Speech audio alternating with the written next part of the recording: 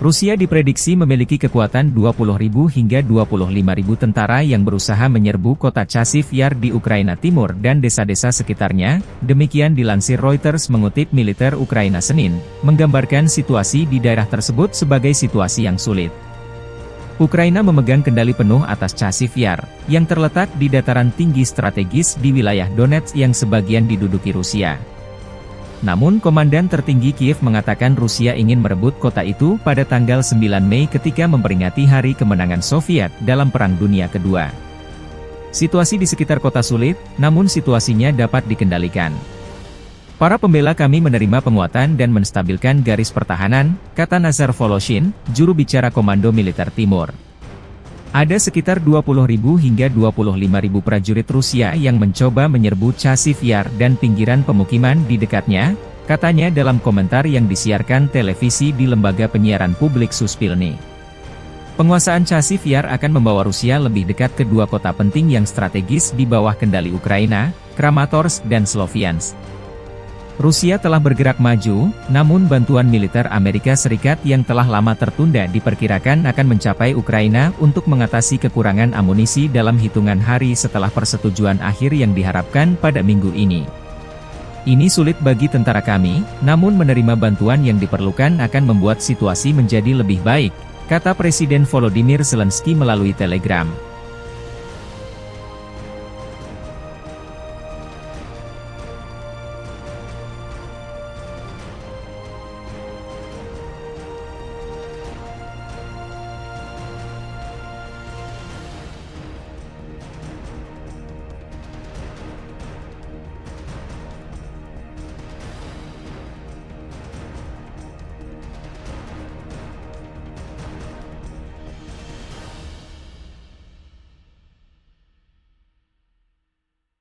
Бажаю здоров'я, шановні українці і українки. Кілька головних речей за цей день. Щойно була доповідь головкома Сирського про найбільш гарячі точки фронту. Часів Яр та інші ключові напрямки на Донеччині, Покровський, Курахівський, також Харківщина, Куп'янський напрямок. Наші позиції, наші результати. Я дякую кожному солдату, кожному командиру, усім нашим бойовим підрозділам, які дійсно влучні та стійкі. Доповів сьогодні головком щодо ураження цілей на окупованій території, реалізовані операції та підготовка запланованих. Російська армія повинна нести втрати щодня, і кожен такий день російських втрат наближає для нас такий потрібний мир. Говорив також з міністром оборони Умєровим. І ключове – це ППО. Ми робимо все можливе, контактуємо з усіма можливими партнерами, щоб збільшити захист неба, збільшити кількість та якість систем ППО в руках наших воїнів. Кожен лідер і кожна країна, які у цьому допомагають, є справжніми рятівниками життя. І, звичайно, продовжуємо зараз наші контакти з американською стороною на всіх потрібних рівнях. Для нас дуже важливо тепер оперативне рішення Сенату на підтримку українського пакету. Тож і на рівні Офісу, на рівні наших дипломатів активно працюємо, щоб був позитив політичний у швидкому затвердженні пакету, а також і позитив в самому пакеті, його правильне наповнення саме тим, що так очікують наші воїни на фронті. Цей час між політичними рішеннями і реальними ураженнями ворога на фронті, між затвердженням пакету і силою наших хлопців, час має бути максимально коротким. І сила саме такою, яка дійсно може змінити ситуацію на передовій. Фронтове ППО потрібно так само, як і захист нашим містам і селам, наші далекобійні можливості, наша артилерія, наші можливості розширювати простір нашого контролю. Зараз кожен день важливий у комунікації, у політиці, у логістиці. Я дякую всім нашим друзям в Сполучених Штатах, кожному нашому партнеру у світі, хто так само, як і ми в Україні, розуміє спільні можливості, спільні завдання. Всіма методами разом ми маємо зупиняти російський терор, обмежувати російський потенціал війни та примушувати Путіна визнати, очевидно, визнати, що ця війна нічого йому не дасть. Я дякую всім, хто з Україною та в Україні. Дякую всім, хто б'ється заради нашої держави і заради наших людей. Дякую всім, хто допомагає, усім, хто працює на українську силу і захищає життя. Слава Україні! Angkatan Udara Ukraina, 23 April melaporkan unit pertahanan udara Ukraina menghancurkan 15 dari 16 drone tipe Shahed yang diluncurkan Rusia dalam 24 jam terakhir. Drone Rusia diluncurkan dari Cape Chauda di wilayah pendudukan Crimea dan Oblast Kursk yang berbatasan dengan Ukraina. Rusia juga meluncurkan 2 rudal balistik Iskander-M dari wilayah Belgorod. Angkatan Udara tidak memberikan informasi mengenai hasil peluncuran rudal Rusia. Drone tersebut dicegat di wilayah Mykolaiv, Odessa, Kiev, dan Cherkasy. Unit pemadam kebakaran bergerak dari Angkatan Udara Ukraina dan unit rudal anti-pesawat berhasil menghalau serangan tersebut. Beberapa ledakan terdengar di Kiev sekitar pukul 3.35 waktu setempat pada tanggal 23 April di tengah peringatan serangan udara di ibu kota. Serhiy Popko, Kepala Administrasi Militer Kota Kiev, mengatakan bahwa semua sasaran udara dihancurkan oleh pertahanan udara. Tidak ada korban jiwa atau kerusakan yang dilaporkan di kota tersebut. Pasukan Pertahanan Selatan Ukraina melaporkan semalam bahwa pasukan Rusia menyerang daerah pemukiman di Odessa dengan drone, melukai 7 orang, termasuk 2 anak-anak. Setidaknya 14 apartemen rusak di kota tersebut setelah serangan. Di garis depan, Ukraina mempertahankan posisi dengan menghalau serangan Rusia. Di arah Limansky, Rusia melakukan 19 serangan di wilayah kehutanan Srebryansk dan pemukiman Nadia, Novoyehorivka di Oblast Luhansk, dan Terna dan Torske di Oblast Donetsk.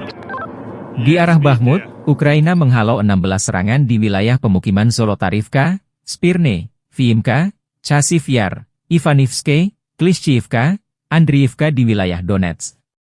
Di wilayah Avdiivka, Angkatan bersenjata Ukraina menghalau 18 serangan di wilayah pemukiman Novobakhmutivka, Semenivka, Umanske, Keramik, Berdichi, Pervomaiske, Ocheretine, Novokalinov, Yasnobrodivka, dan Netailove di wilayah Donetsk. Pasukan Pertahanan Angkatan Udara Ukraina menyerang 2 kompleks rudal anti-pesawat dan 16 area konsentrasi personel, senjata, dan peralatan militer Rusia. Unit pasukan rudal merusak 1 titik kendali, 2 kendaraan pertahanan udara, dan 1 area konsentrasi personel penjajah Rusia. Staf Umum Angkatan Bersenjata Ukraina 23 April melansir militer Rusia total kehilangan 461.060 tentara di Ukraina sejak awal invasi besar-besaran 24 Februari 2022 lalu. Jumlah ini termasuk 800 korban personel Rusia dalam sehari terakhir.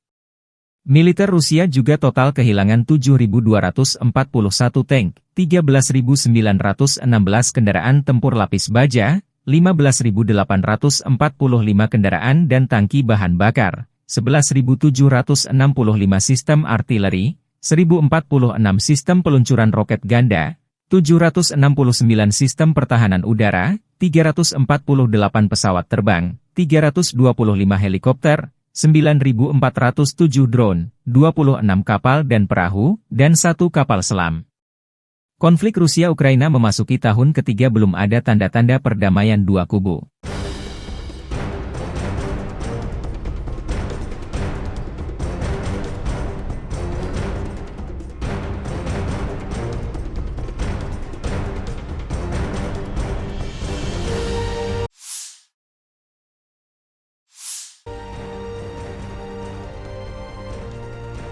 Rusia mengkonfirmasi berhasil merebut Novomihailovka di Republik Rakyat Donetsk, DPR, selama sehari terakhir dalam operasi militer khusus di Ukraina, demikian pernyataan resmi Kementerian Pertahanan Rusia Senin 22 April. Unit-unit kelompok pertempuran selatan sepenuhnya membebaskan komunitas Novomihailovka di Republik Rakyat Donetsk sebagai hasil dari operasi yang sukses, kata Kemenhan Rusia. Rusia menyampaikan apresiasi kepada seluruh unit yang terlibat dalam pembebasan Novomihailovka. di antaranya unit pasukan Yuk hingga Brigade Marinir ke-155. Namun militer Ukraina kepada Reuters membantah klaim Rusia tersebut dan mengatakan bahwa mereka masih menguasai desa tersebut. Reuters tidak dapat memverifikasi secara independen apakah Novomikhailivka, sekitar 40 km, 25 mil, barat daya kota Donetsk di Ukraina, berada di tangan Ukraina atau Rusia. Pertempuran sengit di wilayah tersebut telah berlangsung selama berminggu-minggu.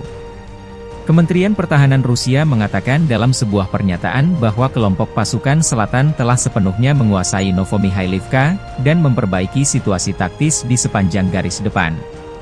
Namun Yevhen Shmataliuk, Komandan Brigade Serangan Amfibi ke-79 Ukraina, yang bertempur di garis depan Donetsk, mengatakan pasukannya menguasai 15% hingga 20% desa tersebut, sementara sisanya berada di bawah kendali tembakan Ukraina.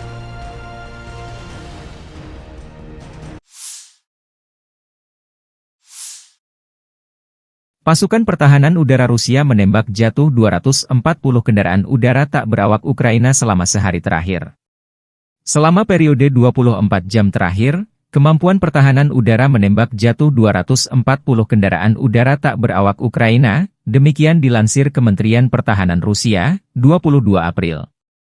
Secara keseluruhan, Angkatan Bersenjata Rusia menghancurkan 592 pesawat tempur Ukraina, 270 helikopter, 22.529 kendaraan udara tak berawak, 508 sistem rudal permukaan ke udara, 15.817 tank dan kendaraan tempur lapis baja lainnya, 1.269 peluncur roket ganda, 9.040 senjata artileri lapangan dan mortir serta 21,232 kendaraan bermotor militer khusus sejak dimulainya operasi militer khusus.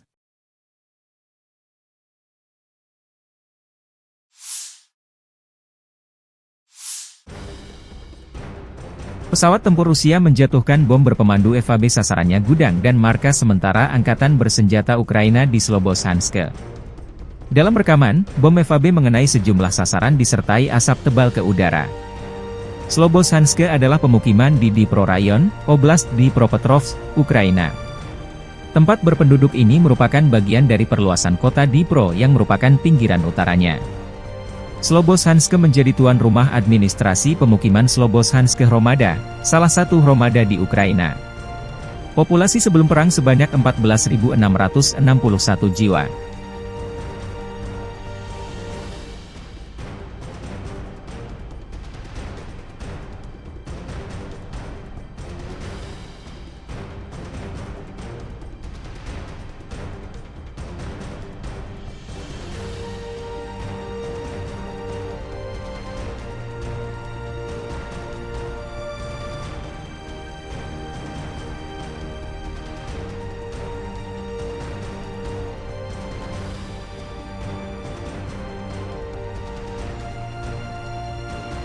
Download Tribun X sekarang, menghadirkan lokal menjadi Indonesia.